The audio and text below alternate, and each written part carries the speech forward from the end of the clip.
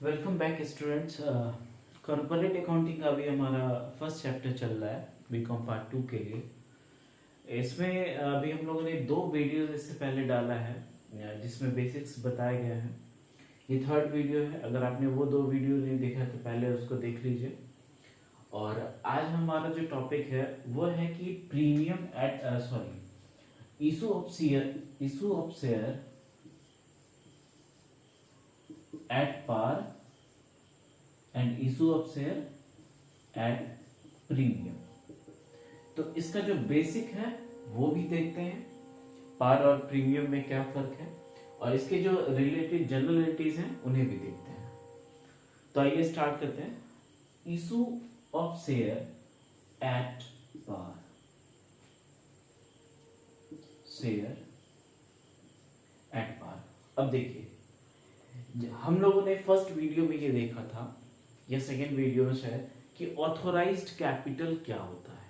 Authorised capital हमने first video में बताया है कि जब ऑथोराइज्ड कैपिटल होता है उस वक्त एक कंपनी डिसाइड कर लेती है कि उसके शेयर का फेस वैल्यू क्या होगा। यानी कि फेस वैल्यू वो वैल्यू होती है कि जब कंपनी ये डिसाइड कर लेती है स्टार्टिंग में कि हमारे एक शेयर का मूल्य 10 रुपया, 20 रुपया या 50 रुपया होगा। वो अपना, जैसे कि सपोज कि हम एक एग्जांपल लेते कि एक एक्स लिमिटेड है, उसके पास 10 रुपीज का एक शेयर है, ठीक है। और ये 10 रुपीज की जो शेयर है ये उसकी फेस वैल्यू है। This is a face value of the share. लेकिन कंपनी इसको 3 तरीके से इस प्राइस को रख सकती है जब वह मार्केट में इशू करेगा। ये तो जब उसने कॉर्पोरेशन हुआ कंपनी का उस वक्त उसने ये बोला कि हमारा फेस वैल्यू है 10 रुपए की। लेकिन जब वो इशू करेगा टू द पब्लिक तो उसके पास 3 ऑप्शन है कि वो रेट, ये जो एक शेयर की वैल्यू है 10 रुपए की, उसको क्या रखेगा वो। जैसे कि 10 रुपए की एक शेयर है तो इसको 3 तरीके से रख सकता है। First is 10 rupees, one is more than 10 like 11, 12, 15, 20 जो भी। और तीसरा ऑप्शन जो है वो है कि 10 रुपए से कम में, यानी कि 9, 8, 7, 6 समथिंग। ये 3 तरह के जो रेट आ गए अब शेयर के जब वो इशू होगी। तो ये देखिए, एक है कि जब पूरा का पूरा फेस वैल्यू पे ही, यानी कि जितने की शेयर थी उतने पे ही मार्केट में इशू की जाती है। इस केस को जब शेयर का प्राइस फेस वैल्यू के इक्वल हो तो उसे क्या बोलते हैं, इसको बोलते हैं issue of share at par. Issue of share at par. Face value and issue value जो शेयर का है वो दोनों अगर सेम रहे तो उसे क्या बोलते हैं, issue of share at par, इस कंडीशन को। और जब वही शेयर 10 रुपए की शेयर अगर ज्यादा पैसों में जा रही है, फेस वैल्यू यानी कि उतनी जिसकी उसकी जितनी वैल्यू थी उससे अगर ज्यादा में जा रही है, तो इस कंडीशन को बोलते हैं issue of share at premium. Issue of share at premium. अब इसमें एक चीज याद रखना है कि इसमें जो है प्रीमियम का अमाउंट कितना हुआ, तो प्रीमियम का अमाउंट हो गया 1 रुपीज। यानी कि फेस वैल्यू से जितना ज्यादा पे उसको इशू किया जा रहा है उतना रुपया उसका क्या कहलाएगा, प्रीमियम अमाउंट कहलाएगा। जैसे कि अगर यहाँ पे 20 रुपए की इशू हुई है, शेयर है कितने की, 10 की, तो यहाँ पे 10 रुपया हो गया इसका प्रीमियम वैल्यू। यानी कि प्रीमियम का कितना प्रीमियम लिया जा रहा है, 10 रुपए की। इसमें प्रीमियम कितनी है, 5 रुपीज, ठीक है। और ये जो लास्ट कंडीशन है कि जब प्राइस जितनी है उससे कम वैल्यू में डाली जाती है तो that is called issue of share at discount, ठीक है। Issue of share at par का जो क्वेश्चंस है वो आप इजीली, जैसे हमने अभी सेकेंड वीडियो में डाला है कि क्वेश्चन की जनरलिटी कैसे करते हैं, तो सेम वही तरीका है। जितने का प्राइस है उतने में उसको जिस तरीके से नॉर्मल उसकी जनरलिटीज होती है सेम वैसे ही करना है। मैक्सिमम क्वेश्चन आप जो देखते हैं वो एट पार पे ही सोल्व किया जाता है। कि एट पार इसका मतलब ये हुआ कि मैक्सिमम एक ऐसा क्वेश्चन जो आपका बेसिक कहला सकता है ना, जो बेसिक क्वेश्चन कहते हैं वो आपका नॉर्मली किस पे रहता है, एट पार पे। 10 का शेयर था, 10 में इशू किया। तो इसकी जनरलिटी सिंपल है, अगर आप पार्ट 2 वाला वीडियो देख लेंगे तो आपको ये क्लियर हो जाएगा। अभी हम आपको पूरा प्रीमियम पर जो इशू होता है उसके बारे में बात करेंगे, उसका जनरलिटीज कैसे करेंगे और प्रीमियम के बारे में और कुछ बातें देखते हैं। देखिए, प्रीमियम वर्ड जो यूज होता है वो किसके लिए, जितने मूल्य से ज्यादा पे इशू की जाती है। और ये जो प्रीमियम का अमाउंट है, प्रीमियम जो 10 रुपए की, अगर मान लीजिए 5 रुपीज की प्रीमियम है, अगर मान लीजिए 10 रुपए की शेयर थी, इशू हुआ 15 रुपीज में, ये फेस वैल्यू थी 10 रुपए की, इशू हुई 15 में, प्रीमियम क्या हुआ 5 रुपीज। अब यहां पर एक चीज याद रखना है कि सर कोई कंपनी कितना प्रीमियम बढ़ा सकती है ना, कोई भी कंपनी कितना प्रीमियम बढ़ा सकती है। तो उसमें अगर हम कॉर्पोरेट अकाउंट की बात करें, अगर हम इसका लॉ का बात करें, तो इसमें कोई भी कंपनीज एक्ट जो है प्रीमियम कितना बढ़ा सकते हैं, इस पे कोई रेस्ट्रिक्शन नहीं है। यानी कि ये कंपनी के गुडविल और कंपनी का जितना अच्छा मार्केट में रेपुटेशन है वो उस हिसाब से उसको यूज करेगी। बशर्ते कि अगर ऐसा नहीं है कि 10 का है 50 लाख में कर दिया और मार्केट में बिका ही नहीं, तो उस हिसाब से कंपनी एडजस्ट करती है, लेकिन कोई रेस्ट्रिक्शन नहीं है कि उस शेयर का प्राइस वो कितना रखेगी। तो प्रीमियम यहाँ पे 5 रुपीज जो है ये बढ़ सकता है जितना वो चाहे। सेकेंड इंपॉर्टेंट थिंग, तो this one is the point कि नो रिस्ट्रिक्शंस। सेकेंड पॉइंट कि प्रीमियम अमाउंट जो है, ये अमाउंट जो सिर्फ प्रीमियम के थ्रू आता है वो कंपनी के लिए, जैसे आपने कंपनी का देखा होगा कि 2 तरह का प्रॉफिट होता है, एक होता है कैपिटल प्रॉफिट और एक होता है रेवेन्यू प्रॉफिट। रेवेन्यू प्रॉफिट क्या होता है कि जो नॉर्मल बिजनेस के काम से आए, है ना। लेकिन प्रीमियम का जो 5 रुपीज है ये कंपनी के लिए क्या होता है, it is a capital profit, gain भी कह सकते हैं, कैपिटल गेन या फिर प्रॉफिट। कैपिटल गेन होने की वजह से, चूंकि ये नॉर्मल रेवेन्यू नॉर्मल बिजनेस का है नहीं, इसीलिए इसको एक अलग अकाउंट में लिखते हैं। यानी कहने का मतलब ये है कि अगर पैसा आ रहा है, प्रीमियम का पैसा आ रहा है, तो ये हमारा कैपिटल प्रॉफिट है, यानी कि कंपनी के लिए अलग से गेन कहला गया। और चूंकि जो हम इशू करते हैं शेयर को, उसका एप्लीकेशन अलॉटमेंट वगैरह पे जो पैसा लेते हैं, that is a operational, but this time it is a capital profit. चूंकि ये अलग है, उस बिजनेस के ड्यूरेशन का है, लेकिन ये कैपिटल के ऊपर गेन है, इसी के लिए हम क्या करते हैं, इसको एक अलग जो है अकाउंट में डालते हैं। अब अगर अलग अकाउंट में जो डालते हैं वो अकाउंट 2 तरह का है, आपने कई बार ये देखा होगा और आपको कंफ्यूजन भी हुआ होगा। एक तो लिखते हैं, फर्स्ट लिखते हैं सिक्योरिटीज प्रीमियम अकाउंट, है ना। कई बार आप लोगों ने देखा होगा सिक्योरिटीज प्रीमियम अकाउंट डालते हैं। और सेकेंड जो डालते हैं सिक्योरिटीज प्रीमियम रिजर्व अकाउंट। कभी कभी आप सिक्योरिटीज प्रीमियम लिखते हैं, कभी कभी सिक्योरिटीज प्रीमियम रिजर्व लिखते हैं।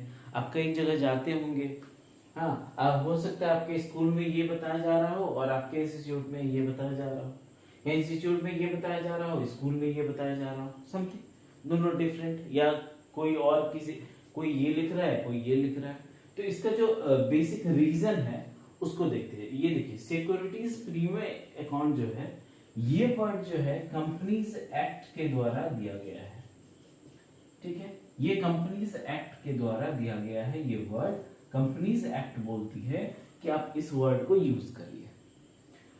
फिर जब कंपनीज एक्ट का रिवीजन हुआ था, राइट, तो जब रिवाइज्ड हुआ था, तो रिवाइज्ड जब हुआ, रिवाइज्ड शेड्यूल नंबर 6 में इस वर्ड के लिए बोला गया, इस वर्ड को यूज किया गया।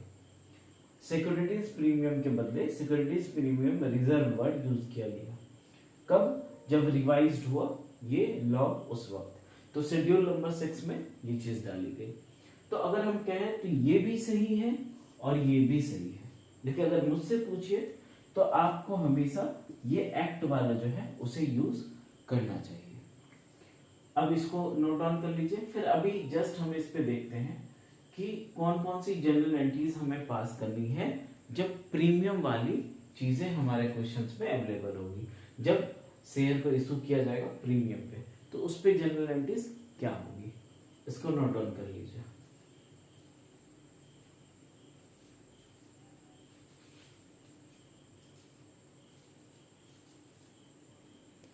आइए अब इसके ऊपर जो है प्रीमियम के कंडीशन में हम बनाते हैं जनरल एंट्रीज। तो प्रीमियम, अब एक क्वेश्चन लेते हैं इसके ऊपर, ठीक है। क्वेश्चन लेते हैं कि सपोज कि श्याम लिमिटेड है, सॉरी श्याम लिमिटेड है, उसने 100 शेयर इशू किया, ठीक है, और at 2 rupees premium. Shyam limited है, 100 इशू किया है शेयर 2 रुपए प्रीमियम के साथ, और उसका जो कॉस्ट है वो है 12 रुपीज, यानी कि 2 का प्रीमियम है, 12 रुपीज में टोटल इशू की गई। और इसने बोला है कि एप्लीकेशन पे 2 रुपीज, अलॉटमेंट पे 5 रुपीज, फर्स्ट कॉल पे 2 रुपीज एंड फाइनल पे 3 रुपीज, सॉरी 2 रुपीज। अब इस क्वेश्चन में इसने ये बोल दिया कि अलॉटमेंट के टाइम हमने जो है इसमें प्रीमियम का अमाउंट जो है इंक्लूड है, यानी कि ये जो प्रीमियम का अमाउंट है वो कब लिया जाएगा? अलॉटमेंट के टाइम। तो जो फर्स्ट एंट्री होगी वो सिंपल सी होगी, 100 शेयर इशू है और अभी हम सब मानते हैं कि पूरा का पूरा सब्सक्राइब हो गया, सारे पैसे आ गए, नथिंग, कोई भी चीज उल्टा पुल्टा नहीं हुआ। तो पहला जो एप्लीकेशन का एंट्री करेंगे वो क्या होगा? That is bank account debit to share application account. कितने?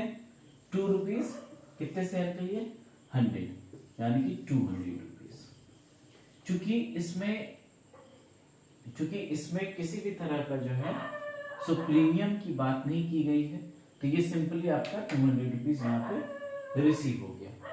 इसका नेक्स्ट जो जनरल एंट्री होगा that is called share application account debit to share capital account, share capital account 200। ये नॉर्मल जो 200 चला गया। अब हम देखते हैं कि प्रीमियम वाला जब इंक्लूड है तो जनरल एंट्री क्या करनी है। तो पहले ड्यू की एंट्री होगी, बस एक जनरल एंट्री आप समझ लीजिए, फिर आपको बाकी चीजें समझ में आ जाएगी। तो थर्ड नंबर में आते हैं, ये इंपॉर्टेंट है, ठीक है, यहीं पर समझना है आपको कि क्या करना है। ये देखिए अलॉटमेंट की बात हो रही है, प्रीमियम की बात हो रही है, तो इसका मतलब कि 3 रुपीज जो है ओरिजिनल जो शेयर का कॉस्ट था वो है, और 2 रुपीज जो है यहाँ पे वो प्रीमियम है। प्रीमियम कितना है? 2 रुपीज, और 3 रुपीज आपका जो है जो टोटल जो कॉस्ट है यहाँ पे 12, इसमें से 10 का अपना शेयर था, उसके प्राइस है जो कि हम अलॉटमेंट पे ले रहे हैं। तो जो एंट्री होगी वो देखिए, शेयर अलॉटमेंट अकाउंट डेबिट। अब देखिए शेयर अलॉटमेंट पे टोटल पैसा कितना आ रहा है ना। हम पूरा बात कर रहे हैं कि शेयर अलॉटमेंट के time, at the time of the allotment company के पास टोटल पैसा कितना आ रहा है। कहने का मतलब ये है कि भैया जैसे कि टोटल पैसा अलॉटमेंट के वजह से, है ना, चाहे वो प्रीमियम का हो, चाहे वो आपके इसका शेयर का हो, तो पूरी वजह कौन है? अलॉटमेंट है। तो अलॉटमेंट की वजह से हमारे पास टोटल कितने पैसे आ रहे हैं? 5 रुपीज। कितने शेयर पे? 100 पे। तो that is 500 rupees, that is 500। भैया अलॉटमेंट ने पूरा इतना पैसा लाके दिया है, लेकिन अलॉटमेंट ने जो पैसा दिया है वो पैसा दो तरह का है, जो कि हम समझ रहे हैं कि 3 रुपीज अलग और 2 रुपीज अलग। तो जो हमारा 3 रुपीज शेयर का प्राइस था वो हमारा जाएगा to share capital account, 3 into 100 that is 300 rupees. और 2 रुपीज जो है वो हमारा प्रीमियम का पैसा है। तो अभी हमने जस्ट पीछे बताया है कि सिक्योरिटीज प्रीमियम अकाउंट हमें यूज करना है जब भी हम प्रीमियम के अमाउंट को रिसीव करेंगे। तो that is to securities premium account, how much? तो 200 रुपीज। क्लियर? फिर बैंक अकाउंट में लास्ट बैंक अकाउंट डेबिट कितना पैसा? तो 500। किस वजह से आया भैया? तो शेयर अलॉटमेंट की वजह से। तो 2 शेयर अलॉटमेंट अकाउंट 500। क्लियर? अब देखिए, जैसे ये एंट्री है, एक चेंज आता है जब हम न्यू की एंट्री करते हैं। Sir application allotment first call final call, इसमें से क्या अलॉटमेंट पर ही प्रीमियम का अमाउंट आएगा? नहीं, ये कंपनी डिसाइड करेगी कि उसे प्रीमियम का अकाउंट कब लेना है। कंपनी अगर चाहे तो वो एप्लीकेशन पर भी ले सकती है, अलॉटमेंट पे भी ले सकती है, फर्स्ट कॉल पे भी ले सकती है और फाइनल कॉल पर भी ले सकती है। इस क्वेश्चन में हमने अलॉटमेंट के ऊपर दिखाया। अगर एप्लीकेशन के पास रहेगा तो हम क्या करेंगे? Bank account debit to share application account. 200 के बदले वो क्या हो जाएगा? 500 राइट। और यहाँ पर शेयर एप्लीकेशन का 500, शेयर कैपिटल में 200 एंड 2 सिक्योरिटीज प्रीमियम अकाउंट में 300। सेम जैसे यहाँ पे किया है। तो चाहे वो एप्लीकेशन पे हो, अलॉटमेंट पे हो, फर्स्ट कॉल पे हो या फिर फाइनल कॉल पे हो। And one more last thing कि कभी कोई भी क्वेश्चन में ये नहीं लिखा होता है कि प्रीमियम का अमाउंट कहाँ पर रिसीव हो रहा है। जैसे इसमें था कि यहाँ पे प्रीमियम इंक्लूड वर्ड लिखा हुआ था। तो चूंकि अब आप हायर क्लासेस में हैं तो नॉर्मली ये सब टेक्निकली चीजें छुपाता है क्वेश्चन को थोड़ा सा टेक्निकल बनाने के लिए। तो वहां पे आपको ये चीज समझना है कि अगर क्वेश्चन में ये ना बोला कि प्रीमियम कहाँ पर लिया गया, क्वेश्चन में ये जरूर रहेगा कि प्रीमियम है। ये ऐसा नहीं कि प्रीमियम है नहीं फिर भी आप करेंगे, नहीं, प्रीमियम लिखा रहेगा 2 रुपीज 5 रुपीज जो भी, कि इतना जो है प्रीमियम लिया गया। लेकिन कब लिया गया? On application, on allotment, on first call, on final call. अगर ये चीज लिखा हुआ नहीं है तो आपको अपना अंडरस्टैंडिंग ये करना है कि उस तरह के क्वेश्चंस में आपको हमेशा कहाँ पर लेना है? अलॉटमेंट के ऊपर। ठीक है? जब क्वेश्चन ये मेंशन ना करे कि आपका प्रीमियम अमाउंट कहाँ रिसीव हो रहा है तो आपको अलॉटमेंट में ये वाली एंट्री प्रीमियम की कर देनी है। क्लियर? अब नेक्स्ट वीडियो में फिर नेक्स्ट टॉपिक के साथ मिलते हैं। Thank you so much.